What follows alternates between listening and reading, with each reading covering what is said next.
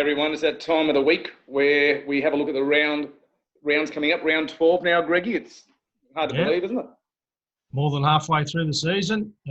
This is the run. This is the run to the semis.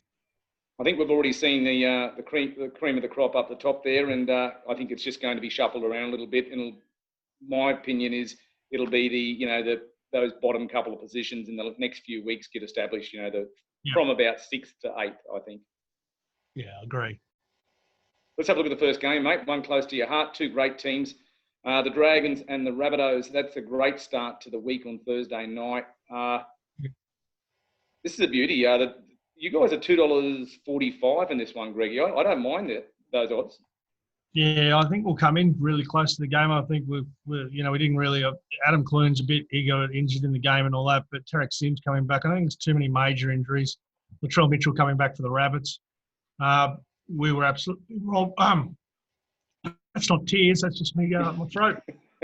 We were robbed by the bunker. Absolute disgrace again. I already called it. It's not like I'm picking on them from the Dragons. I picked a couple of weeks ago and I got into them about their effort against Canberra. The bunkers call against Canberra, and I'm into them again. A disgrace. That was pathetic last night. On Saturday night. I think the Dragons get home. Maybe I'm a little bit still heated from last week's game, but I'm going to the Dragons. Hamo, yourself? No, I am too. I agree. I think that that was as bad as I've seen as far as a mistake in the bunker. Just going on about that, I know every team's been affected with a mistake in the bunker over the last couple of years.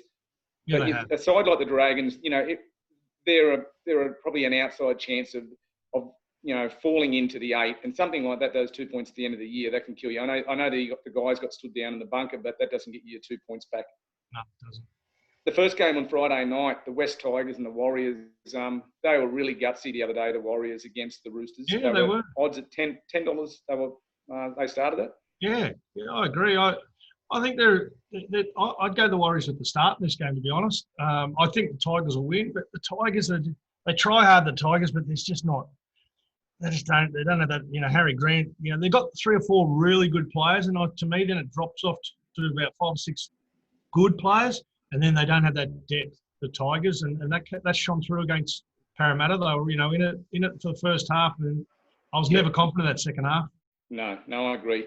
I think that this all points to the Tigers and the fact that they'd probably be a bit disappointed the way they went down at the end against the Eels, and also the Warriors are, even though we all love them, what they've done this year, they haven't put 2 good performances together in a row for a while. So I think the Tigers probably by about 8 to 12, I'd say. Yeah. Talking about sides that haven't put it together for a while, the Broncos, at Suncorp Stadium, they've got the Sharks. It's really hard to back the Broncos at the moment. It was an improved performance and everyone jumped on the bandwagon and said, look, should be happy for improvements. But at the end of the day, they're a first-grade team in the NRL and they still got a flogging 46 to 8 is a hiding. Yeah, I think I don't want to tip the Sharks. I am going to tip the Sharks in this game. I think it'll be very, very close. I don't think the Sharks can put a big score on teams. They did against Manly, understrength Manly, but outside that, they don't really put a score and they don't seem to be back up too well. They got flogged by Penrith the week after beating Manly. Sharks by 2.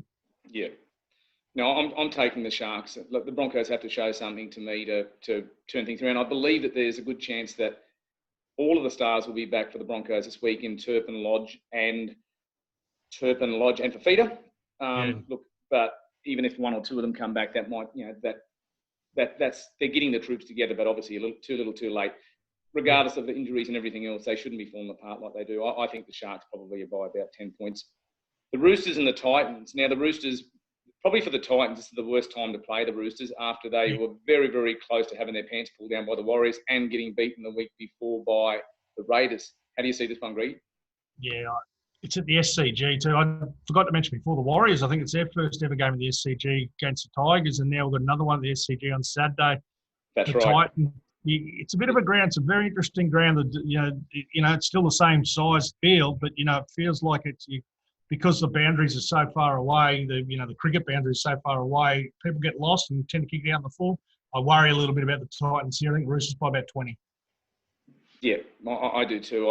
I've been really impressed. I think we talked off off camera before about some of the guys from the Titans have really stood up. I've been impressed by the back rower, Sam Stone, at Beau Fermor, who's out at the moment injured, but the halfback Fogarty has really impressed, probably stood up a couple of times in the absence of Ash Taylor. But I agree, I think it's going to be, I would say, 3 or 4 tries win to the Roosters. The Cowboys and the Raiders, they've shown a bit of gradual improvement, particularly in their defence, Greggy, in the last couple of weeks. I think about the same margin. I think they've gotten beaten by 12 points by Manly last week and the Panthers the week before that. And the Panthers scored a try in the 80th minute too to sort of compound it. They have improved. Obviously, they've lost a coach, but they've improved a little. Yeah, they've improved a little. I'm not sold on them at the moment. The young fullback, geez, quick. He can motor. And I thought the young 5'8" had a good game. I can't see them winning this. I think the Raiders are too well structured. I think the Raiders by about 10. Yeah, I think so. I think it's probably about the same as what they've been getting beaten by the last few weeks, 10 or 12 points. Yeah. Not much splitting us at the moment, mate. This game might do. Manly and Panthers. And the Panthers are a very good young team. Obviously, they're leading the ladder. They're the second youngest side. This time last year, they were last. Manly are just starting to get back on their feet after, a couple of injuries and a bit of lack of form. How do you see this one? This should be a beauty, I think. Yeah, it'll be a great game. Elliott played a lot better at fullback. Our great mate, Scorpio, had a good game again in the centres. Manly were tough. They're 5'8", Cuss. He's played really well. He was a player on the field. He's improved out of sight. I'd stick with him even when Walker's back, Dylan Walker's back.